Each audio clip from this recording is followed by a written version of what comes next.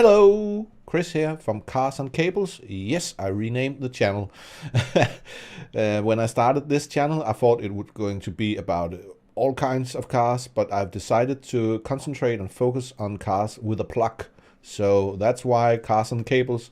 It fits with the logo CAC. So much for my creativity. But it's been a really long time, and let me start by saying I'm sorry if I haven't responded to your comment fast enough, because this channel I haven't really been focused on it at all for the last, I don't know, 6, 7, 8 months or something. Maybe it's a year. I can't really remember when I uploaded a video last time. I think it was about the eSoul. But a lot of change, and some of the explanation why I haven't been online is coming in this video. I have been talking about getting an EV for I did that in the last videos, and I was out testing EVs, and I have decided to get an EV, and I will get that one in when I record this in 4 days. 4 days, yes. So I thought it was about time that I talked about my Niro plug-in hybrid and what happened with that one, and talked a little bit about my thoughts about which EV to choose, based of course on the test drive I have made and what's on the market as today.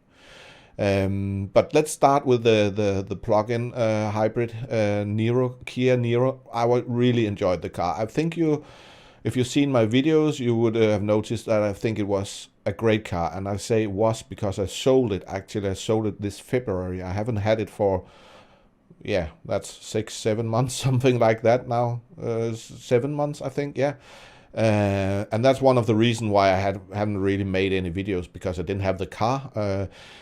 I decided to sell it. I had actually I had 2 EVs in order at the time when I sold it, and because of value loss and stuff like that, I decided to sell it.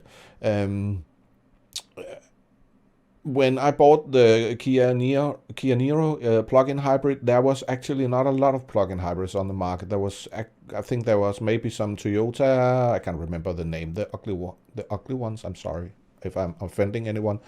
Prius, it's called. But they are Prius. Ioniq wasn't in a plug-in hybrid.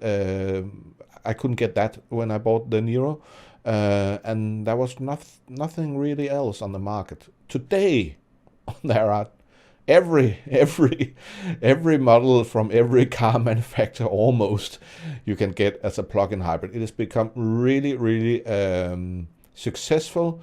And of course, that has to do with at least here in Europe, where the manufacturers have to reach certain limits for CO2 emissions. That's an easy way for them to live up to the demands, and then don't risk the big fines they will get if they don't live up to the standards. So they are doing that for a start, and of course later on there will come EVs which will be better for them in that sense. But it's an easy fix. Some like a Volkswagen is going all in on electric vehicles and have a lot of models on the way. But some are just way behind and don't really have any EVs on the way, and have to make plug-in hybrids to compensate for their cars that have too big emissions. So, but it's an exciting time, and I've decided that I'm not like some crazy let's save the planet guy. For me, plug-in hybrid and electric vehicles is not really about, I have to say, it's not about saving the planet. I think it's really good if we can lower the emissions. That will benefit all. I think that's a really nice thing. But that's not why I personally liked my plug-in hybrid, and that's not why I'm going to buy an all EV. That's more about the driving experience, the comfort, the economy. That's what matters for me. The plus is that it's also good for the environment, and I don't mind that.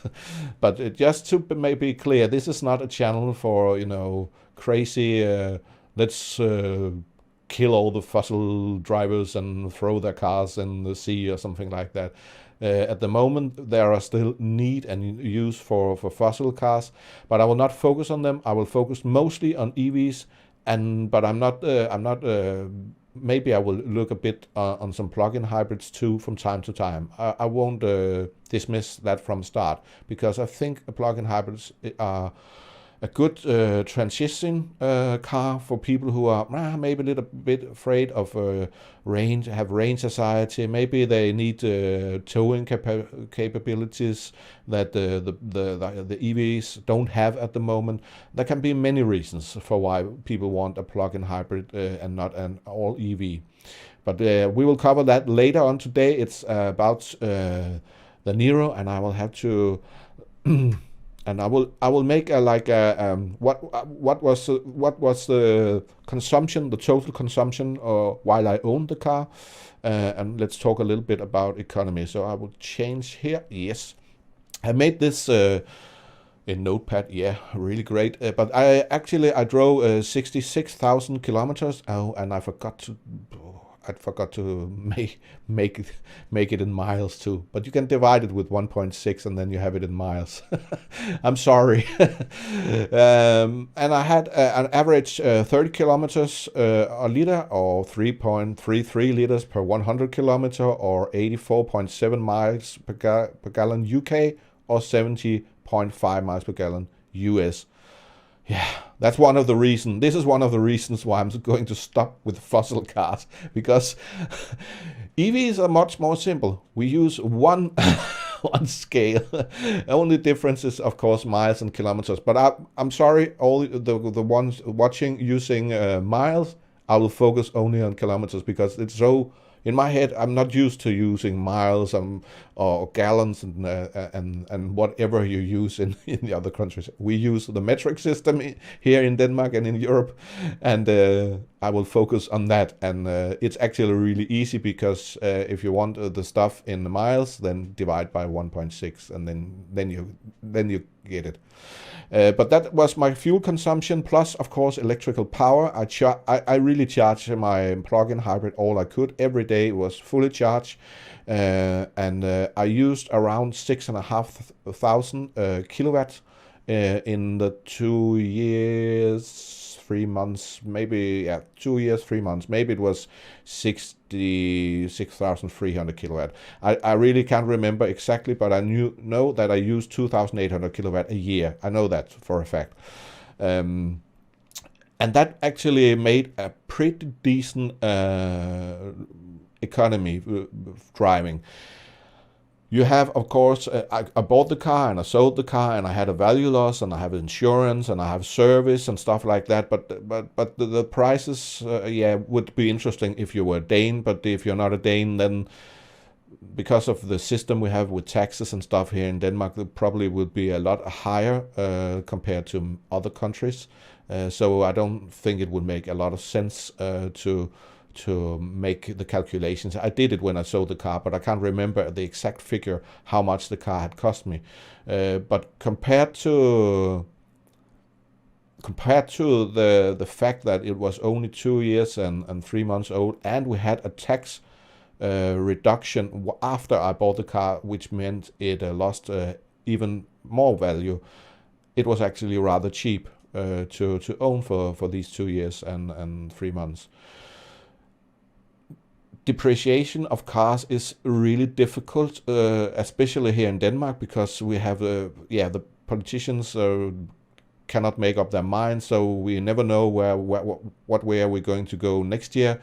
Hopefully this year they will make a long-term plan because they want a lot of EVs on the roads, but they cannot lose the extreme income they get.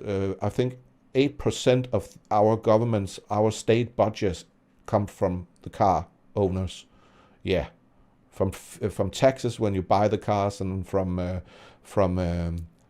taxes you pay every year. So So the state needs some money, and if at the moment the electric cars have some benefits, we don't pay taxes at all, except from the normal sales tax for electric vehicles under a certain amount of money. So you can get a Tesla Model 3 Standard Range Plus, for example, that has no tax at the moment, just the normal sales tax, but no car tax. It's the same for the Niro, the Soul, the Kona, the Leaf, and the upcoming ID3. Or when I'm making this video, the first customer has gotten their ID3. There are no taxes on those, but next year maybe there will be taxes on those cars. We don't know yet. It'll probably be decided in December. It's really a fantastic country to live in if you want to make long-term planning on your car. So you never know where it's going to happen. But anyway, I did really have it wasn't cars are always expensive, almost always expensive. You always lose money. It's never a good investment to buy a car. But the value loss was not that big, and the driving expenses, the fuel expenses, the service and the insurance were not that big. So it was a rather cheap car. I think I used around in Danish kroners around 2.5 Danish kroners per kilometer. That's not too bad. So I was pleased with the car. It was a great car. It is a great car. The new 2020 model with the bigger screen and the stop-start adaptive cruise control is even better. But I was tired of when I had to use the petrol engine.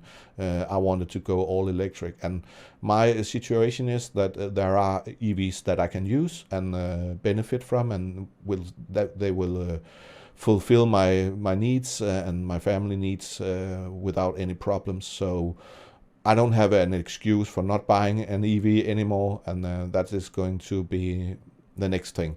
So next video I will talk about my thoughts on the market for me here in Denmark, and I will reveal which EV I have chosen and that I will get in 4 days. So stay tuned for that, and I will try to start actually watching the comments, answering the comments if someone has questions. And I hope you all enjoyed this video. Show me by smashing the like button, and then take care and stay safe, and catch you next time. Bye bye.